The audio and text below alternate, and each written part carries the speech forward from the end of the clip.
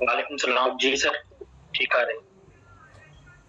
Okay, good हो गया। बस थोड़ा सा मैंने लोकेशन चेंज की थी आज। इंटरनेट के सिग्नल्स लास्ट टाइम इतने अच्छे नहीं आ रहे थे, तो जस्ट अ मोमेंट। या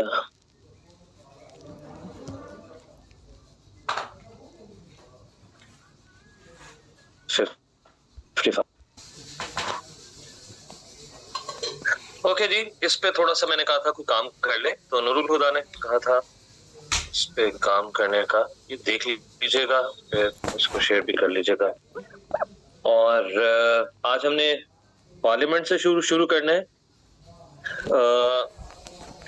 लंबा चौड़ा काम नहीं है हमें, क्योंकि मोरलेस सिस्टम हमारे जैसा ही है इनका पार्लियामेंट का, तो आसानी हमें होगी इसको पिक करने में। एक्सेप्ट दैट हमारी सेनेट में इक्वल रिप्रेजेंटेशन है यूनिट्स की, जबकि राज्यसभा जो इंडिया का अपर हाउस है वहां पे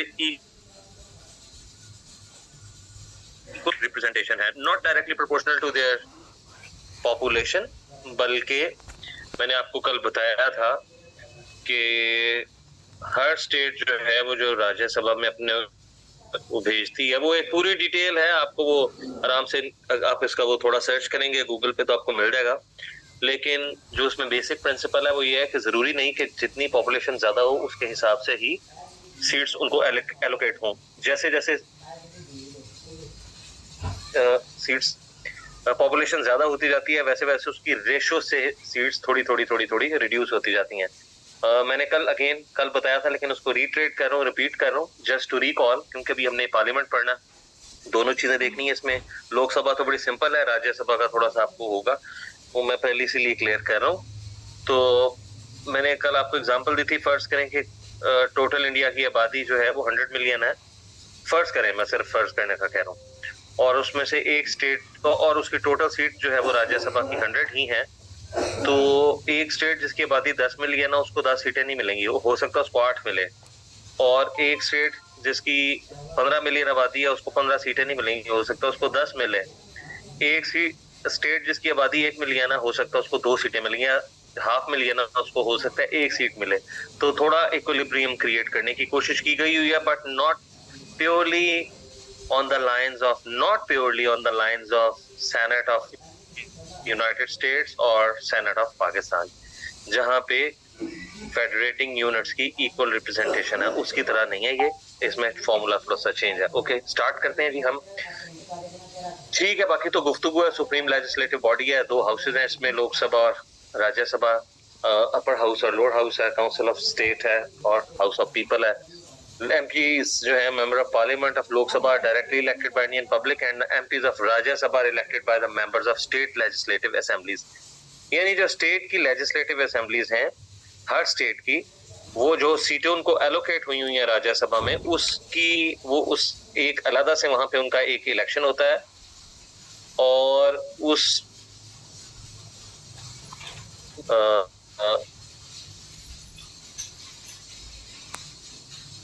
के इलेक्शन जो है वो बिल्कुल इनडायरेक्ट है। या वहां पे उसमें जो स्टेट्स हैं वो इसको खुद मैनेज करती हैं। पाकिस्तान में जो सेनेट की इलेक्शन है उसके इलेक्टोरल कॉलेज में, बाबर ज्यादा डिटेल में बताएगा, उसके इलेक्टोरल कॉलेज में हमारे प्रोविंसेस शामिल हैं। राज्यसभा जो है उसमें सिर्फ स्टेट्स जो है वो उसमें शामिल हैं, जो उसके जो इलेक्शन है, जो उसका जो इलेक्टोरल कॉलेज है। तो हर स्टेट इंडिविजुअली जितनी सीट्स उसको एलोकेट की गई हुई हैं, उसके इन हाउस इलेक्शन करवा के वो अपने मेंबर्स को भेजते हैं वहां पे अपर हाउस में, फेडरल अपर हाउस में। का क्या काम क्या है इसका? लॉज जो यूनियन लिस्ट में और कंकरेंट लिस्ट में है, लॉज वो बनाती है लोकसभा, और मनी बिल्स और दूसरे बिल्स भी ये जाहिर है वी ऑल नो नाउ कि क्या क्या फंक्शन है। टैक्सेशन है, बजट है, एग्जीक्यूटिव का कंट्रोल है, जिस तरह पाकिस्तान में होता है वो बुला लेते हैं जो सेनेट की कमेटी है, या वो राज्यसभा की कमेटी है, या लोकसभा की कमेटीज हैं वो, और कैबिनेट से क्वेश्चंस होते हैं, काउंसिल ऑफ मिनिस्टर से, इंडिया में इसको काउंसिल ऑफ मिनिस्टर कहते हैं। कॉन्स्टिट्यूशनल अमेंडमेंट है, अप्रूवल है उसकी, इमरजेंसी जो प्रेसिडेंट प्रोक्लेम करता है उसकी अप्रूवल है, और इस तरह के डिफरेंट फंक्शंस हैं। ये पिछले वाली लोकसभा की थी ये पावर्स, और ये राज्यसभा की हैं। ये भी आप देख लीजिएगा, कोई इसमें ऐसी चीज मुझे नहीं लगता जो आप लोगों को समझ ना आए। पार्टिसिपेट इन इलेक्शन रिमूवल, हाँ पार्टिसिपेट्स, ये इसका 1 2 3 4 जो पॉइंट है, राज्यसभा जो है वो इलेक्शन और रिमूवल में पार्टिसिपेट करती है। प्रेसिडेंट के, वाइस प्रेसिडेंट के, जजेस ऑफ सुप्रीम कोर्ट और हाई कोर्ट, इनके भी रिमूवल में 2/3 मेजोरिटी के साथ। आपको बताया था कल मैंने जब ये इस पे बात हो रही थी। और it can alone initiate the procedure. हाँ, वाइस प्रेसिडेंट जो है उसका जो रिमूवल का प्रोसीजर, वाइस प्रेसिडेंट इंडिया का, वो हाउस का, राज्यसभा का एक्स ऑफिशियो हेड भी होता है। जिस तरह पाकिस्तान में सेनेट का चेयरमैन होता है, इंडिया में वाइस प्रेसिडेंट होता है जो राज्यसभा को हेड करता है। तो उसको जो उसके रिमूव अगर करना, उसको इम्पीच करना, तो उसका प्रोसेस राज्यसभा में ही स्टार्ट होता है। ये उसकी एक्सक्लूसिव पावर है। So it can give the Union Parliament power to make laws on matters included in the state list. ये वो पॉइंट है जो मैंने कल 3 दफा आप लोगों को समझाया था, एंड पे अब्दुल गफार को एक्सप्लेन किया था अलहदा से। ये वो वाला पॉइंट है कि यूनियन पार्लियामेंट में जो राज्यसभा है वो यूनियन पार्लियामेंट को ये पावर दे सकती है कि वो ऐसे मामलात पे लॉ बनाए जो कि स्टेट लिस्ट में है, थर्ड लिस्ट में है, जो कि प्रोविंशियल लिस्ट में है। इस purpose is to protect the powers of the state. हमें पता है ये स्टेट के रिप्रेजेंटेटिव्स हैं, राज्यसभा में बैठे लोग, और स्टेट के इंटरेस्ट को और पावर्स को ये प्रोटेक्ट करते हैं।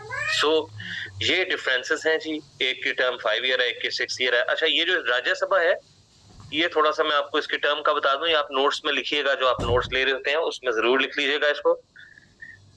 जो राज्यसभा की टर्म है 6 ईयर्स की, ये स्टैगर्ड टर्म है। स्टैगर्ड टर्म का मतलब ये है कि जिस तरह अमेरिका में मैंने आपको बताया था कि वो हर 2 साल के बाद इलेक्शन हो रहे होते हैं, 1/3 उसके जो मेंबर्स हैं वो इलेक्ट हो रहे होते हैं। इसी तरह ही जो राज्यसभा है, इसमें 1/3 of the members, total members 250 में से, यानी ये अब 245 रह गए। ये कॉम्पोजिशन जो 250 लिखी हुई है 250 की नहीं है, अभी ये 245 रह गए हैं।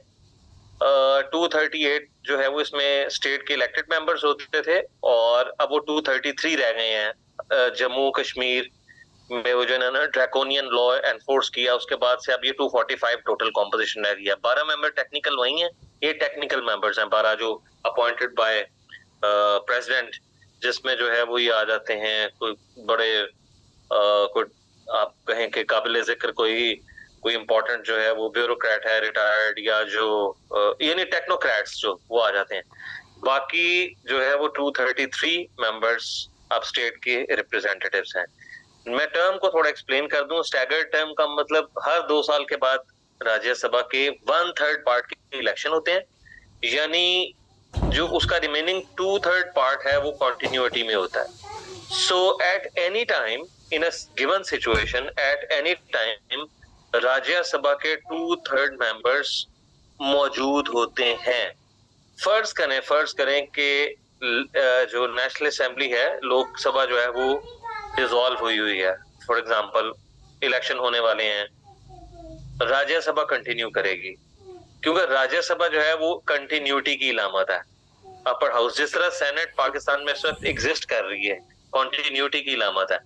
लेकिन पाकिस्तान में फर्क ये है कि पाकिस्तान में उसके स्टैगर्ड इलेक्शन नहीं है, 1/3 नहीं होते, जबकि इंडिया में जो टोटल सीट्स हैं उस पे उसकी 1/3 सीट का, यानी 245 जो सीट्स हैं, 233 एक्चुअली जो सीट्स हैं, उस पे 1/3 सीट पे इलेक्शन हर 2 साल के बाद हो रहे होते हैं ताकि कंटिन्यूटी रहे। सो क्वालिफिकेशन है कि लोकसभा में 25 साल का बंदा भी आ सकता है इलेक्ट होके, राज्यसभा में जरा मेच्योर लोगों को देखा जाता है, 30 इयर्स होनी चाहिए। लोकसभा को स्पीकर प्रिजाइड करता है और राज्यसभा को वाइस प्रेसिडेंट प्रिजाइड करता है। और election members are elected directly by people, members are elected directly by elected representative of the state legislative assemblies, जो मैंने आपको बताया प्रोविंसेस से होके आते हैं। सो ये भी देख लीजिएगा, money bills are passed only in Lok Sabha, money bills can't be introduced in Rajya Sabha. वो उसको वेटिंग के लिए उसको भेज देते हैं जस्ट टू हैव अ ठप्पा ऑन दैट, बट बेसिकली ये वहां पे अप्रूव नहीं होते जो वहां से ना वहां से इनिशिएट होते हैं अपर हाउस में, ना वहां से अप्रूव होते हैं bill. So Lok Sabha can be dissolved during national emergency. Rajya Sabha can't be dissolved. It's a permanent house. During national emergency, it assumes all powers of parliament. जब emergency हो या जब इलेक्शन आने वाले हो और लोकसभा जो है वो डिसॉल्व हुई हो या इमरजेंसी की सूरत में या इलेक्शन आने वाले हो, तो उस सूरत में तो राज्यसभा के पास सारी वो पावर आ जाती हैं जो लोकसभा के पास होती हैं. यानी इन दैट इवेंट वो मनी बिल भी पास कर सकती है. So Council of Ministers is more responsible to Lok Sabha.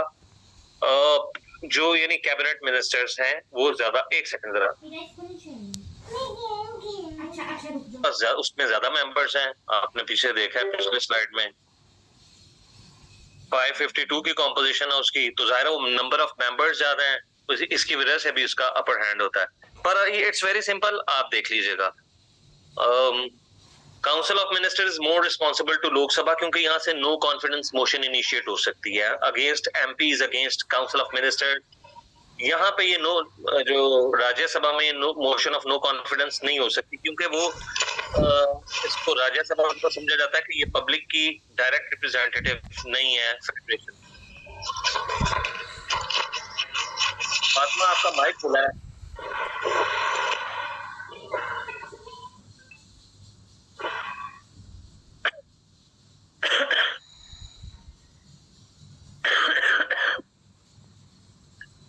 अच्छा, ये क्वेश्चन आता है, ये मुझे इस पे आप लोगों की तरफ से फीडबैक चाहिए. कौन इस पे थोड़ा सा हमें फीडबैक देगा कि राज्यसभा की आजकल के मॉडर्न टाइम्स में जरूरत है कि नहीं? अब्दुल गफार, ठीक है. अपर हाउस की जरूरत है कि नहीं? इस पे सिर्फ 2 स्लाइड्स इसके फेवर, इसके अगेंस्ट जो भी आप आर्गुमेंट देना चाहते हैं, 2 से ज्यादा स्लाइड्स ना हो. हमें ब्रीफ और क्रिस्प चाहिए. ठीक है अब्दुल गफार, आप करोगे इस पे काम ना? नहीं सर, वो लैपटॉप अवेलेबल नहीं है मेरे पास. क्या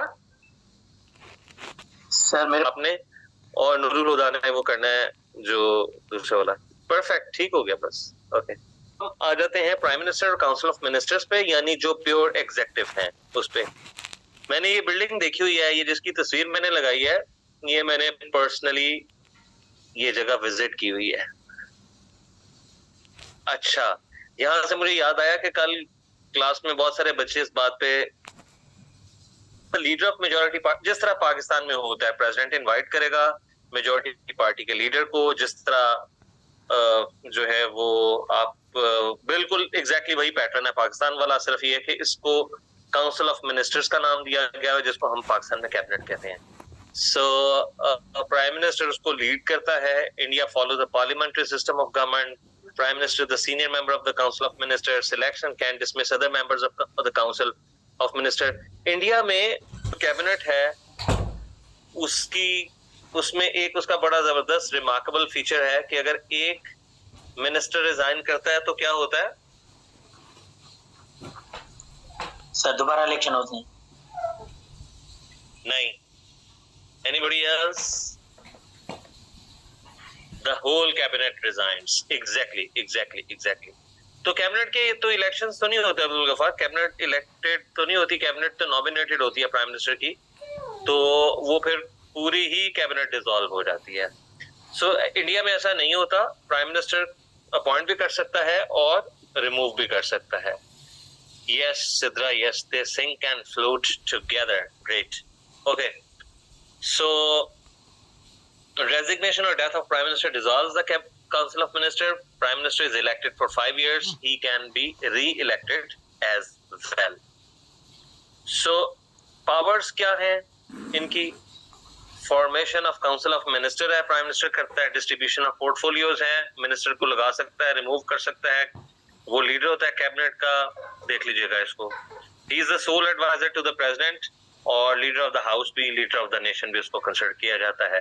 सो features related with council of minister, वो क्या करती है? Powers as exercised by council of ministers, collective responsibility है. अगरचे वो रिजाइन नहीं सारे इकट्ठे करते, लेकिन नेशन के सामने वो कलेक्टिवली रिस्पांसिबल फील करते हैं अपने आप को. सो उसके अंदर एक मिनिस्टर्स की कोर कैबिनेट भी होती है. काउंसिल ऑफ मिनिस्टर्स के अंदर 3-4 जो लोग हैं जो प्राइम मिनिस्टर के बिल्कुल राइट हैंड होते हैं, वो कोर कैबिनेट भी होती है उसकी। पॉलिटिकल होमोजेनिटी होती है, यानी दूसरी पार्टी के बंदे नहीं उसमें बैठते। Close relation between PM, cabinet and parliament, और पीएम उसका लीडर होता है। That's it. अब आ जाए जी लास्ट हमारा जो इससे रिलेटेड टॉपिक था, सेकुलरिज्म का। और एक सेकंड में इसको ना उठा के जरा, इसको नीचे ले, कम ऑन यार।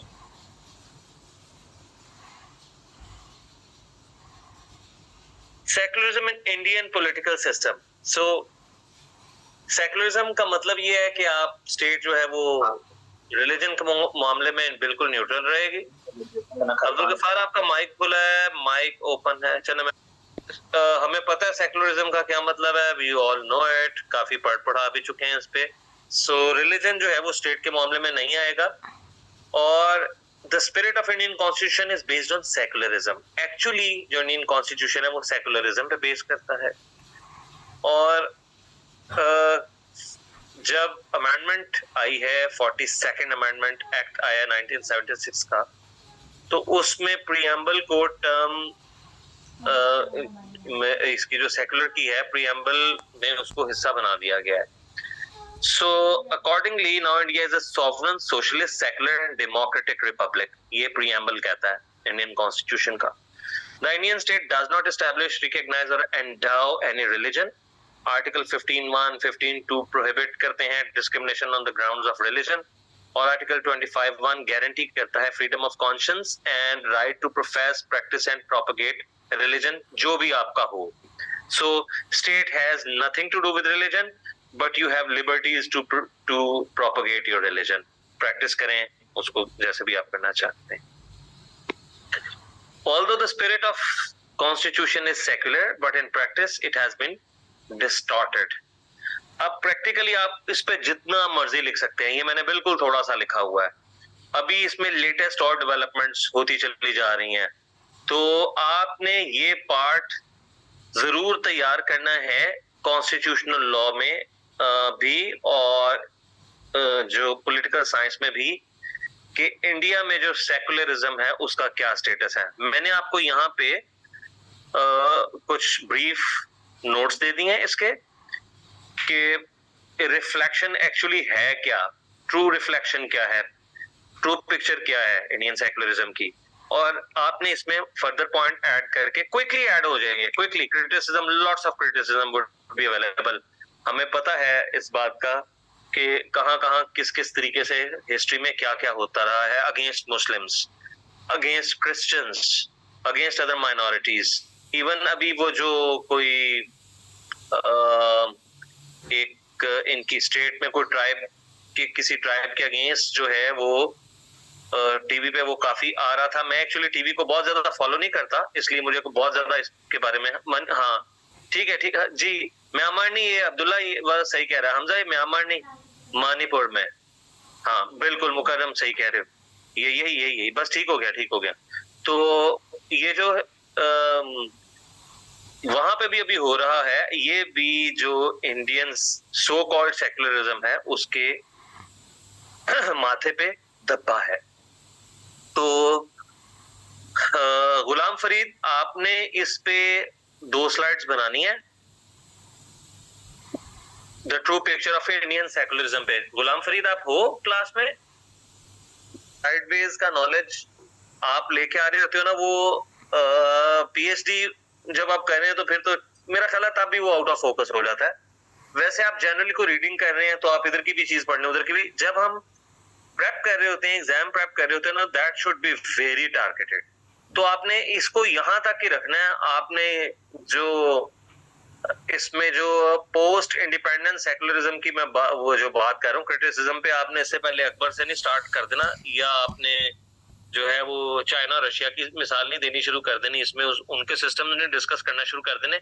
इसमें हमने फोकस्ड रहना है कि इंडिया जिसका कॉन्स्टिट्यूशन ये प्रोक्लेम करता है कि वो क्लेम करता है कि वो सेकुलर है, वहां पे एक्चुअल स्टेट ऑफ अफेयर्स क्या है और क्या ये कॉन्स्टिट्यूशनल ब्रीफ वो ब्रीच तो नहीं है, अगर जो है तो कैसे कैसे है।